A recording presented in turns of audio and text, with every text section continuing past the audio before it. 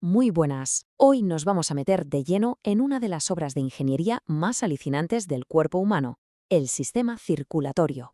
Vamos a explorar cómo se desarrollan y qué estructura tienen las arterias, las venas y los capilares. Es un viaje que empieza en el embrión, en el mismísimo origen de todo, y nos lleva hasta el detalle microscópico de cada uno de estos vasos. A ver, paremos a pensar en esto un segundo.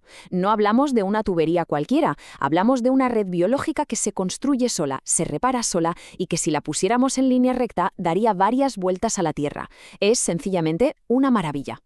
Bueno, pues esta es nuestra hoja de ruta. Primero veremos cómo se ponen los cimientos de esta red.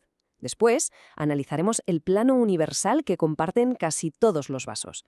Y a partir de ahí, nos meteremos con las especialidades de la casa: las arterias, los capilares y las venas. ¡Vamos allá! Bien, empecemos por el principio de todo. En las primerísimas fases del desarrollo embrionario hay una capa de células clave, el mesodermo, que es como el solar donde se va a construir todo. Y a partir de ahí, el cuerpo utiliza dos procesos fundamentales para tejer toda la red vascular. El primer proceso se llama vasculogénesis. Esto es, literalmente, crear vasos de la nada. Es como si en un terreno vacío, de repente, un grupo de células se junta formando lo que llamamos islotes sanguíneos. Las células del centro de ese islote se convierten en las primeras células de la sangre, y las de la periferia se aplanan y se unen para formar el primer tubo, la primera pared del vaso.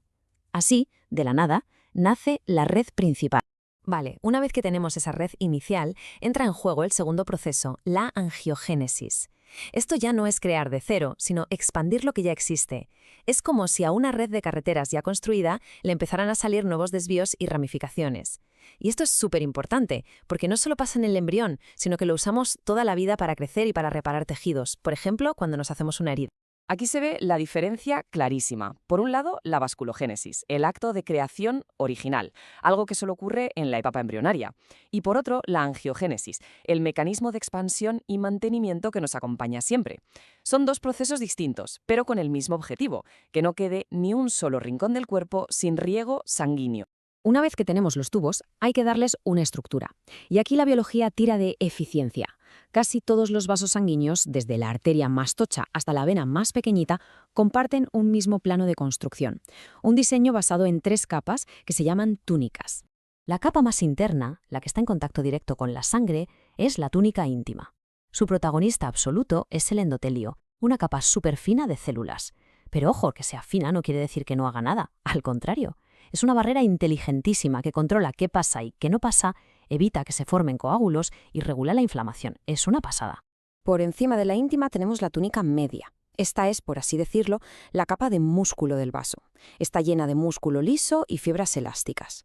¿Y para qué sirve? Pues para darle fuerza al vaso y sobre todo para poder contraerse y relajarse.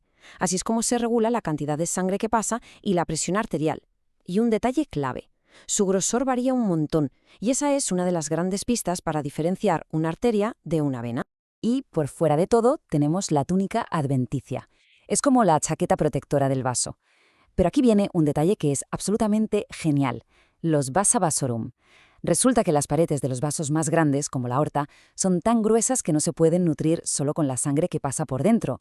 La solución: tener sus propios mini vasos sanguíneos que las irrigan desde fuera. Son, literalmente, los vasos de los vasos. Una solución de ingeniería biológica brutal. Muy bien, con este plano de 3 capas en la cabeza, vamos a ver la primera gran especialización: las arterias. La misión de las arterias es llevar la sangre que el corazón expulsa con una fuerza tremenda. Así que todo su diseño está pensado para aguantar y gestionar esa altísima presión.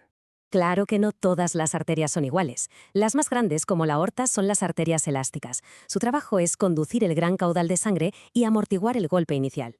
Luego tenemos las arterias musculares, como la femoral, que son las encargadas de distribuir la sangre a las distintas partes del cuerpo. Y finalmente, las más pequeñas, las arteriolas, que actúan como las compuertas finales que regulan con una precisión increíble la presión de todo el sistema. Y aquí está la clave de las grandes arterias, el llamado efecto Wien-Kessel. Imaginaos un globo. Cuando el corazón bombea con fuerza, ¡pum!, la aorta se expande, se estira como un globo para absorber esa onda de presión. Y cuando el corazón se relaja, esa elasticidad hace que la aorta vuelva a su tamaño original, pero al hacerlo sigue empujando la sangre hacia adelante. El resultado: El flujo a borbotones del corazón se convierte en un flujo continuo y suave. Una genialidad. Después de toda esta autopista de alta presión, llegamos al destino final, al verdadero motivo de todo este viaje, el intercambio de sustancias. Y eso, amigos, ocurre en los capilares, los vasos más pequeños, más finos y de lejos los más numerosos de todo el cuerpo.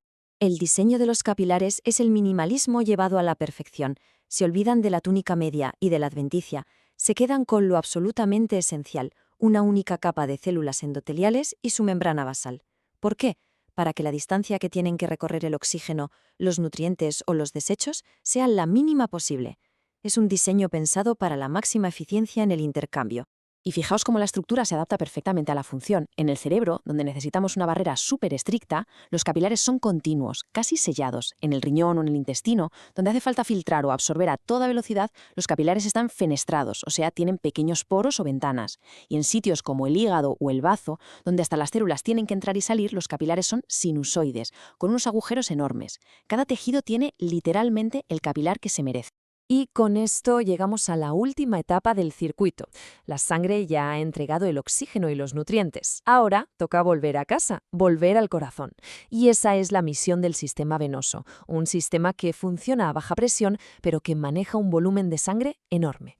A diferencia de las arterias, las venas no necesitan paredes gruesas para aguantar la presión. Son lo que se conoce como vasos de capacitancia. Esto significa que son como el gran reservorio de sangre del cuerpo. De hecho, en cualquier momento, la mayor parte de nuestra sangre está tranquilamente en las venas. Por eso, sus paredes son finitas y su interior, la luz, es grande y a menudo de forma irregular. Están hechas para almacenar, no para resistir. Pero claro, aquí surge una pregunta. Si no hay presión, ¿cómo hace la sangre para subir desde los pies hasta el corazón, luchando contra la gravedad? Pues con este invento tan brillante, las válvulas. Son unos pliegues de la túnica íntima que funcionan como compuertas de un solo sentido. Dejan pasar la sangre hacia arriba, pero si intenta retroceder, ¡zas!, se cierran. Simple y tremendamente eficaz.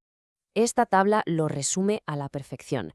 La arteria, pared gruesa, con mucho músculo, una luz bien redondita y sin válvulas, está hecha para la presión.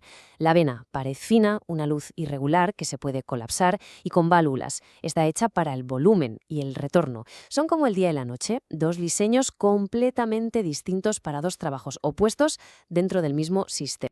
Y así hemos completado el círculo. Hemos visto cómo de la nada, con la vasculogénesis, se forma un tubo simple, cómo ese tubo se expande con la angiogénesis, cómo adopta un diseño universal de 3 capas, y cómo a partir de ahí se especializa para crear arterias de alta presión, capilares de intercambio ultraeficientes y venas de gran capacidad.